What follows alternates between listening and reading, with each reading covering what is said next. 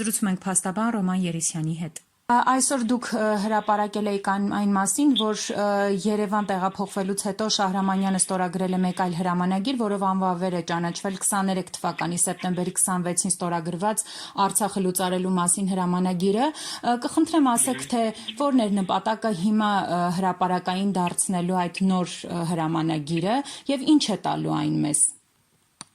Արցախը լուծելու հետ կապված հնարավոր շահարկումներից շահելու նպատակով է հրամանագիրը առհասարակ հրապարակել, իսկ այդ շահարկումները տեղ են գտել հանրային տարբեր հարթակներում, մանավանդ սոցիալական հարթակում, քաղաքապետի Ստեփանակերտի քաղաքապետի մասնակցության վերջին դատական նիստից հետո,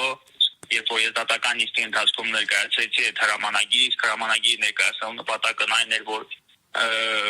մեղադրանքը քաղաքապետի իթիվս այլոց հիմնված է նաև Արցախը լուծարելու վերաբերյալ հրամանագրի վրա, այսինքն նրանք նշում էին, որ Ստեփանակերտի քաղաքապետը նշված հրամանագրի հիման վրա այլևս որևէ լիազորություն չունի, քանի որ պետությունն ու համայնքը լուծարված են, իսկ ինքը համարվում է այսպես ասած պաշտոնից ազատված։ Ուստի ես ներկայացրել եմ դատական նիստի ընթացքում այդ հրամանագիրը հիմնավորելու նպատակով այն, որ չնայած ի սկզբանե հրամանագիրը իրավական որևէ ուժ չներ, այնուամենայնիվ եթե ինչ-որ տրամաբանությամբ այդ հրամանագրին տալիս ենք իրավական ուժ, ապա այն հետագայում նույն հարթակով կամ նույն իրավական ուժի ունեցող մեկ այլ հրամանով ճանաչվել է անվավեր։ Դրանից հետո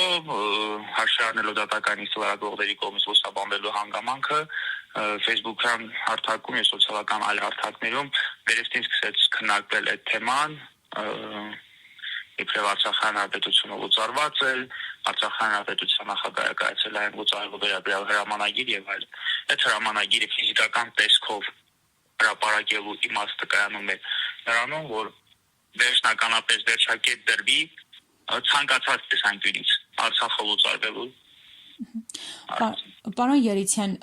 դուք վստահ եք, որ այս հրապարակմամբ այդ շահարկումներից կարողանալու եք խուսափել, հատկապես դատական ոլորտում, երբ դրա հետ կապված գործեր կան։ Եթե նկատել եք անգամ դատավորը,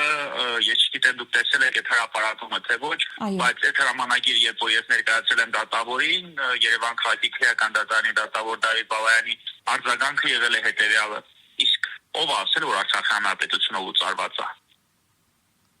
Այսինքն ինքը ասել է ես չեմ հասկանում ոչ որպես իրավաբան եւ ոչ էլ որպես դատավոր ինչ է նշանակում հրամանագրով Արցախի հանրապետությունը լուծարել, հետո էլ մի հատ հրամանագիր կայացնել այդ հրամանագիրը ճանաչելով անվավեր։ Այսինքն նորմալ դիտակից մարդու տեսանկյունից Արցախի հանրապետությունը դեռևս լուծարված չէ եւ լուծարված լինել առհասարակ չի կարող եւ չի կարող որևէ պաշտոնյա այդ թվում նաև պետության ղեկավարի կողմից ինչ որ հրամանագրով լուծարվել ժողովրդի կողմից հիմնադրված պետությունը։ Ինչ վերաբերվում է իրավապահ համակարգին, հաշվի առնելով իրավապահ համակարգի առհասարակ վարած քաղաքականությունը կամ իշխանությանը ծառայելու նրանց ոչ իրավաչափ գործողությունները, ես վստահ եմ, որ այդ հրամանը կոնկրետ իրենց համար, օրինակ նախաքննական մարմնի համար կամ դատախազության համար որևէ հետևանք չի հանգեցնել։ Այնուամենայնիվ այդ հրամանագիրը պետք է հրապարակի, որպեսզի հնարավորինս թեկուզ հանրային ճնշումների մակարդակով փորձել իրավապահ համակարգին ցույց տալ, որ